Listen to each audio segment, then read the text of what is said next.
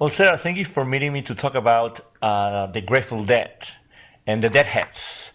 So you, well, I found this thing in the internet, and it says that the Grateful Dead actually, this band from California, Palo Alto, 1965, very famous. They performed 2,300 concerts. And how many did you tell me you went to? 200. Over 200. Wow. So we're going to talk a little bit about that. I would love to.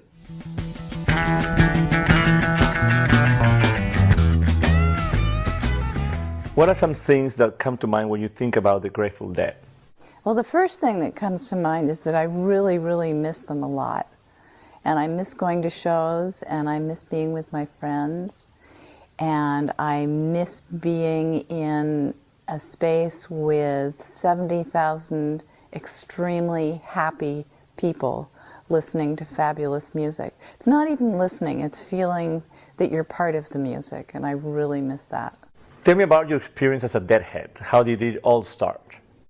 A dear guy named Bennett started taking me to shows one at a time with some of his friends, and I'd go one show out of a run, then gradually I'd go 2 shows out of a run, and pretty soon I was going to every show in the immediate Bay Area every time they played. And then I started going on the road and went to places like Utah and Colorado and Southern California, and that's where it all began. Is there such a thing as a Deadhead culture? There was certainly euphoria. There was epiphany. There was unconditional love for all sentient beings. And there was galactic travel. And there was connection with no word, with more people at one moment than you could really even imagine unless you were there. Do you have a favorite song? I love Ripple. Actually, the first time I heard Ripple, for months and months and months, it probably took me, I would say at least 6 months to a year of shows before I actually got the lyrics of Ripple. I had rewritten them to be something entirely different. But that was kind of a famous thing that happened with Dead lyrics. But I love Terrapin Station, and Morning Dew is one of the sweetest songs ever.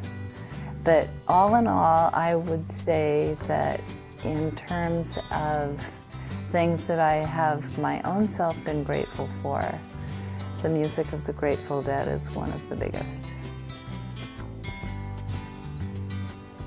If my words did glow with the gold of sunshine, and my tunes were played on the harp unstrung, would you hear my voice come through the music? Would you hold it near as it were your own? It's a hand-me-down. The thoughts are broken.